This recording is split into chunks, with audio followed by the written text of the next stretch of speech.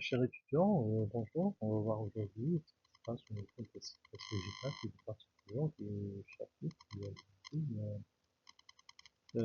extension de l'utilisation. Alors, pour ce qui est végétal, de la système végétal, alors c'est la partie de la pyramide qui a pour envie de regrouper les plantes dans des classes ou systèmes en prenant en compte les caractères morphologiques, statistiques, chimiques, biologiques. Alors, c'est ce qu'on appelle donc la biosystématique et la science de la diversité des organismes. Alors, on s'intéresse donc à inventorier, décrire, nommer, classer les organismes et inclure des taxons dans les systèmes cohérents et archivés, taxonomie et taxonomie. Alors, il s'intéresse aussi au lien de parenté entre les organismes ainsi que notre histoire, évolution, ce qu'on appelle la phylogénie. La collection des espèces sert donc à définir les différentes espèces qui sont conservées dans des herbiers. Alors, c'est quoi un herbier? Donc, c'est une collection de plantes séchées et pressées entre les feuilles de papier qui servent de support physique à différents types dans la plante, principalement à la taxonomie et à l'articulation. Alors, on voit ici un petit exemple d'un petit laboratoire et après, si vous voulez, il y a les botanistes qui font des herbiers pour le classement. Alors, ce réseau d'herbiers à travers le monde est très important. C'est l'influence qui permet aux botanistes de s'y retrouver et de faire le point entre les dénominations, les découvertes anciennes et les identifications actuelles. Alors, dans la plupart des disciplines de la biologie, le terme taxonomie est inséparable de celui de la systématique. Alors, dans la pratique, le terme systématique désigne aussi bien la méthode utilisée. En tout cas, les deux sciences sont souvent confondues car pratiquées simultanément par les mêmes personnes. Les taxonomistes en tant que de tout temps étaient non systématiciens car après avoir étudié et décrit des organismes, ils ont tout naturellement essayé de les classer. Alors, le mot taxinomie dérive donc de taxi qui signifie arrangement en grec. La classification totale qui va signifier la distribution méthodique des plantes en différents groupes, nommés classes, familles, genres, espèces. Les plus récentes sont Crankist en 1991, la classification de l'invention des études ayant pour objectif la création d'un système de classification organique afin de refléter au mieux leur similitude et leur différence. Alors, la science de classification des êtres vivants, on utilise donc aussi le terme taxonomie qui consiste à l'élaboration des règles de la classification. On accède donc souvent la synonymie systématique taxon, taxonomie, floristique. Donc, faire pour le rendre animal, c'est la fin. La nomenclature végétale, donc, elle a prévu donc de nommer, désigner et les innombrables plantes qui poussent à la surface du globe, les rassembler en groupes plus ou moins vastes, mettre en évidence leur caractère commun, leur ascendance ou leur objectif.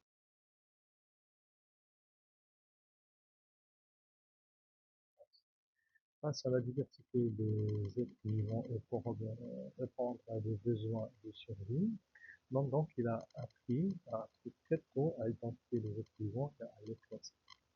Donc, par exemple, en forme utile, en forme nuisible ou inutile. Au sein de deux groupes, il a appris à distinguer différentes formes répondant à des utilisations variées telles que l'alimentation sanitaire, etc.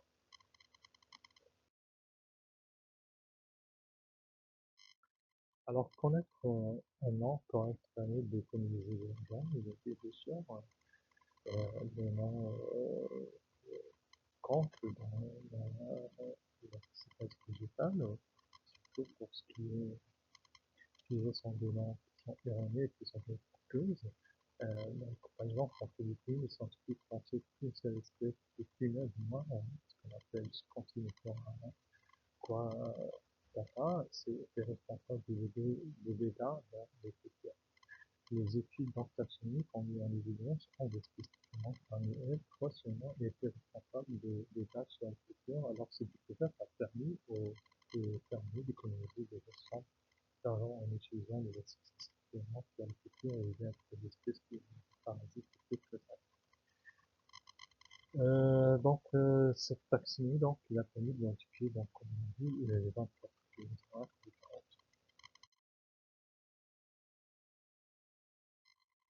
C'est ce que j'ai pas, donc, la partie de la botanique qui a pour but de regrouper les plantes dans les classes et systèmes, en prenant en compte les facteurs morphologiques, biologiques, chimiques, biologiques, moléculaires.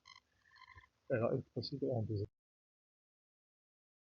D'abord, une étape analytique pour constater, étudier la relation, réaliser une description des activités nommées, donner à chaque être vivant un nom spécifique en respectant les règles nécessaires précises qui sont fixées par le code international de l'interaction.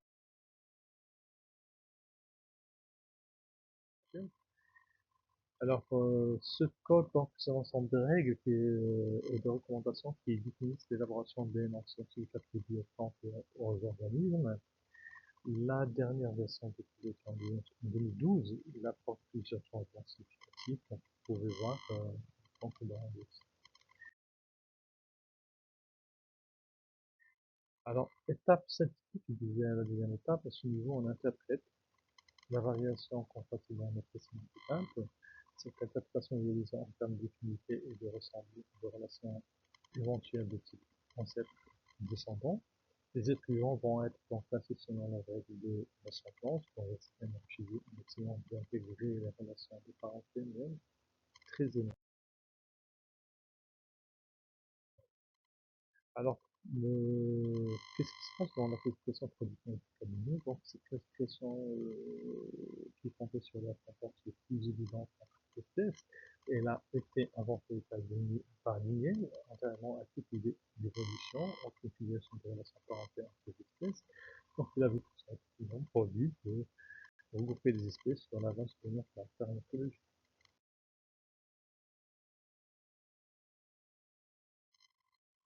Ainsi, en se basant sur des caractères explicitement visibles, la classification classique ne permet pas d'estimer correctement les effets de parenté des espèces et ce n'est pas son objectif agressif.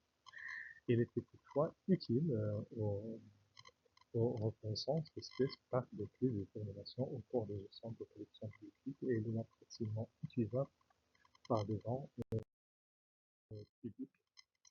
Alors, la classification phylogénétique, qui est en déjà sur le système de classification des divisions entre les degrés de parenté entre les espèces, alors cela permet donc de comprendre leur histoire évolutive, ce qu'on appelle la phylogénie, mode de formation des espèces, développement des espèces, contre l'évolution. Il a remplacé la classification traditionnelle dans la plupart des sciences, des milieux scientifiques.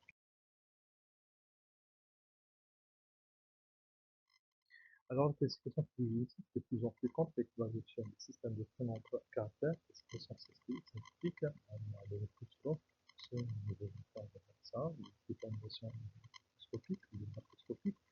On passe donc au niveau microscopique pour un embryon,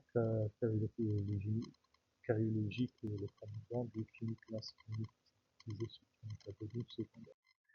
Alors, cette classification est principalement fondée sur les méthodes de la cladistique, méthode établie en disant sur cette par Ming. Ici, quand une nouveauté apparaît chez un individu, il sera transmis à tous ses descendants. Donc, lorsque plusieurs étudiants partagent une même nouveauté évolutive, un pomorphie, ils l'ont hérité d'un ancêtre commun.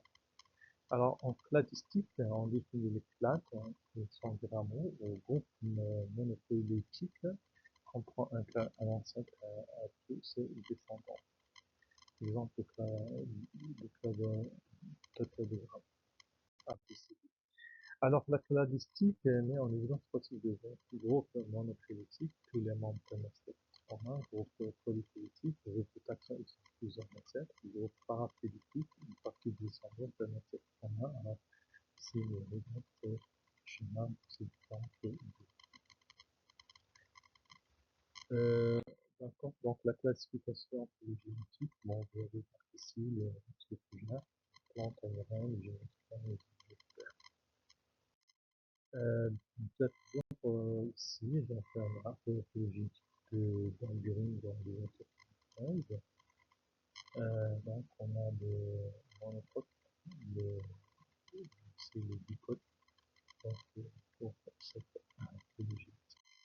Alors classification de 1919-1992, que j'utilise encore, on est parti essentiellement sur les caractères mythologiques.